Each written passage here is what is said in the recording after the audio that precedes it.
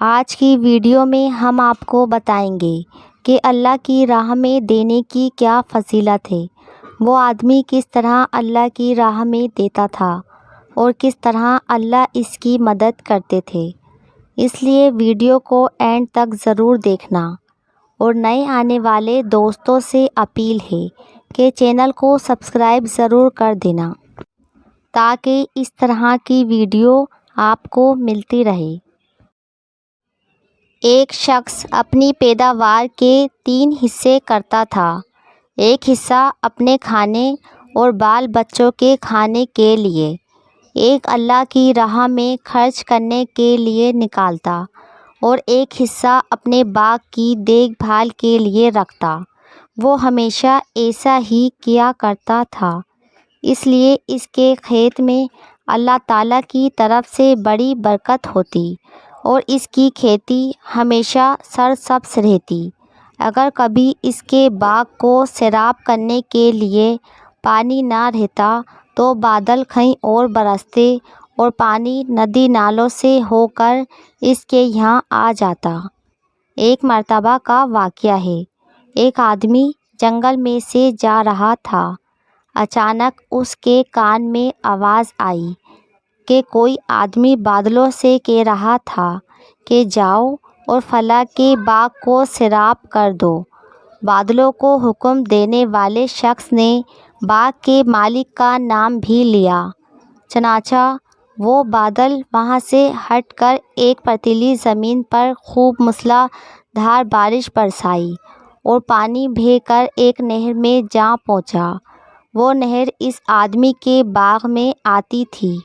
اب وہ آدمی جو جنگل میں بادلوں کا منظر دیکھ رہا تھا، وہ اس بہتے ہوئے پانی کے ساتھ ساتھ چل پڑا، یہ دیکھنے کہ آخر پانی کس کے باغ کو سیراب کرتا ہے، آخر یہ ماجرا کیا ہے اور یہ کس بزرگ کی کرامات ہے۔ وہ آدمی نہر کے کنارے کنارے چلتا ہوا اس باغ تک جا پہنچا، اور نہر سے ہو کر اب یہ پانی نالوں کے ذریعے اس کے باغ میں آنے لگا اور باغ کو سیراب کرنے لگا۔ اس باغ میں ایک بزرگ پانی کو ادھر ادھر بکھیر رہے تھے تاکہ پانی پورے باغ میں پھیل جائے۔ اس راہ گیر مسافر نے ان سے دریافت کیا کہ حضرت، آپ کا نام کیا ہے؟ اس بزرگ نے وہی نام بتایا جو اس مسافر نے بادلوں میں سنا تھا۔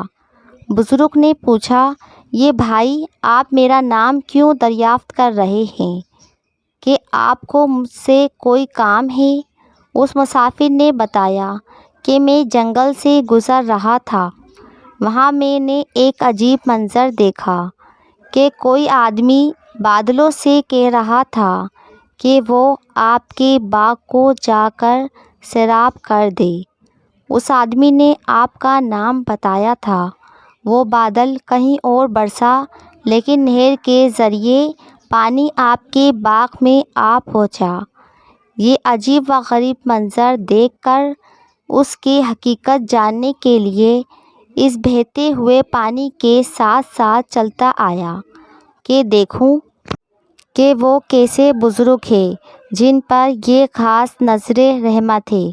پھر اس مسافر نے پوچھا کہ حضرت، آپ کیا کرتے ہیں کہ اس باغ کو سیراب کرنے کا غیبی انتظام ہو جاتا ہے؟ اس پر ان بزرگ نے بتایا، اس باغ سے مجھے جو کچھ بھی ملتا ہے میں اس کے 3 حصے کرتا ہوں۔ ایک حصہ اپنی اولاد کے لیے، ایک حصہ اللہ کی راہ میں خرچ کرتا ہوں، اور ایک حصہ اس باغ کی دیکھ بھال کے لیے۔ اس لیے جب بھی میرے باغ کو پانی کی ضرورت ہوتی ہے، جو قدرت کی طرف سے اس کا انتظام ہو جاتا ہے۔ عزیز دوستو، سچ ہے جو اپنی حلال کی کمائی کا کچھ حصہ اللہ کی راہ میں خرچ کرتے ہیں، وہ کبھی رائے گا نہیں جاتا ہے۔ بے شک اللہ تعالیٰ بہترین بدلہ دینے والا ہے۔ دوستو، اگر آپ کو ویڈیو اچھی لگی تو آپ سے گزارش ہے چینل کو سبسکرائب ضرور کر دینا تاکہ اس طرح کی ویڈیو آپ کو ملتی رہے۔